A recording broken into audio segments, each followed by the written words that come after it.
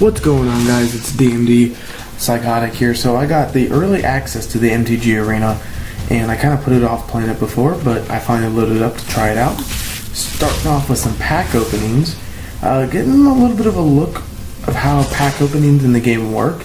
So it gives you 5 cards on the bottom that are common or uncommon, or maybe they're just common. I think they're just common. And at the top it'll give you an uncommon, a rare, and then sometimes one of those colored cards you see.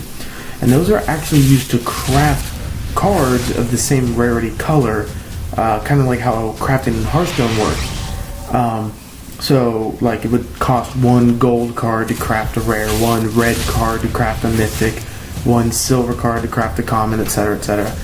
But the way they design the pack openings is actually pretty cool. I like the fact that I don't have to click and turn every single card. I just click and turn the middle one, which has its chance to be a uncommon crafting piece, or rare or better. There was a couple times I turned it over, I think, and I got uncommons, and I wasn't really happy about that. Right there, Registar Alpha. I was excited about that one though. Just, getting a feel for the game, getting a look at it. I really like the way they did this.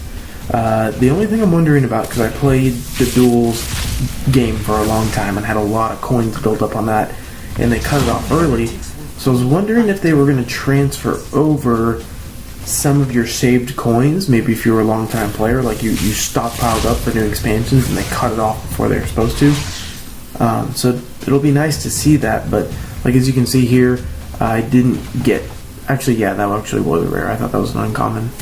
I'm recording over it afterwards because I wasn't sure how the video was going to turn out, if I actually liked the game or not, so I decided to do a voiceover recording after playing the games and opening the packs. Just, so I wouldn't waste your time if I ended up thinking it wasn't worth it. But yeah, just continuing opening the packs. It gives you a decent amount of packs to start the game off with, a decent amount of cards to build some decks. And I got lucky and I pulled a couple mythics here, though I only ended up using 2 of them to start with. I ended up crafting 1 mythic, which is Carnage Tyrant, because Carnage Tyrant OP. I mean, the card's flavor text is literally, if all else fails, release a giant death wizard. But yeah, so last pack, and this is actually where I got the mythic crafting piece, which is pretty nice. It actually kind of took me a minute to figure out what everything was and how everything worked and where everything was at. Once I did, I ended up building a Jund Dino Explore deck. So I guess just Jund good stuff. Just to get started off in the game. After the match you're going to see, I ended up building Sultai Control. This Jund deck has been treating me pretty nice though. I'm not a big fan of how many games you have to play to up your rank. So just like a lot of games, there's an actual rank for the play mode. Bronze, silver, gold, and I'm sure it goes farther after that. The highest rank I saw was something that was gold 3, and I'm guessing the higher the number the better, because it's like leveling up. Kind of like in Halo. But the highest level I actually saw was a gold 3, and I played him with my Jund Hand Hate that I built later, and just decimated the guy. It's actually pretty comical. We're loading up our first game here. Take a look at the game, get some first thoughts. So this guy is a bronze rank 3. So I'm guessing that's it. Actually a good amount above the starting rank where I'm at.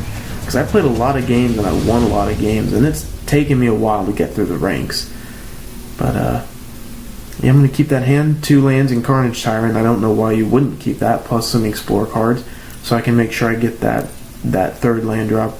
Just exploring the buttons, seeing how I can set priorities. I like how they brought this part over. It was something that the duels game was really lacking, was being able to set priorities and holds. So I was really a fan of that. Really like the animations. The game was playing very smooth for the alpha. Very, very, very impressed with it so far. As you can see, I turned my holds off. I don't need the holds right now. But yeah, just playing some land as you do. Getting the game rolling. Big fan of the animations, big fan of the sounds. I think they did a really good job with that. And I'm excited to see where this game goes. I don't think it's going to replace MTGO, because MTGO has a lot of big tournament stuff they do, and I can see MTG Arena bringing maybe some aspects of that over to this. The tournament play, maybe the leagues, but I don't see the exact same system happening, because they don't want to take away from the MTGO player base, which is, for the most part, highly competitive. You go on there to play leagues and earn Planeswalker points and stuff like that. But just like the Duels deck, the Duels game, you could link your DCI number to your account. So I'm wondering if you can do the same with this. I don't know if you'll actually gain Planeswalker points from it, but that would be kind of nice.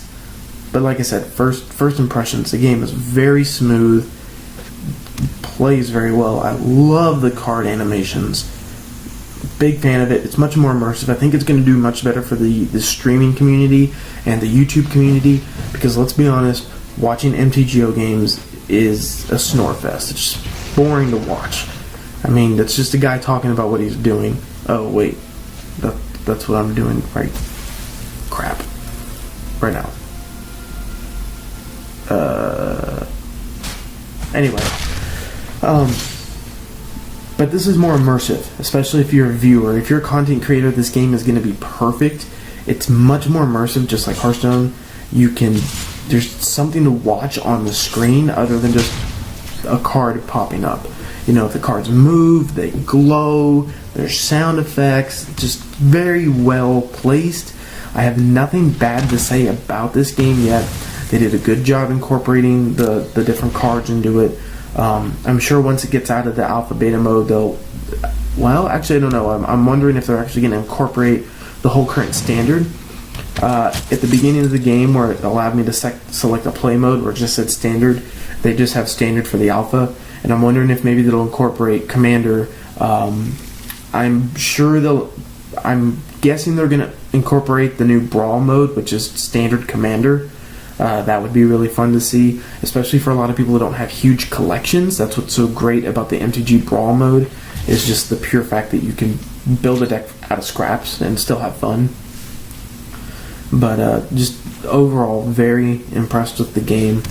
You can see the lands clearly. There's not a whole lot of triggers that get missed. It gives you an opportunity to do everything you want. Respond in the time to spells.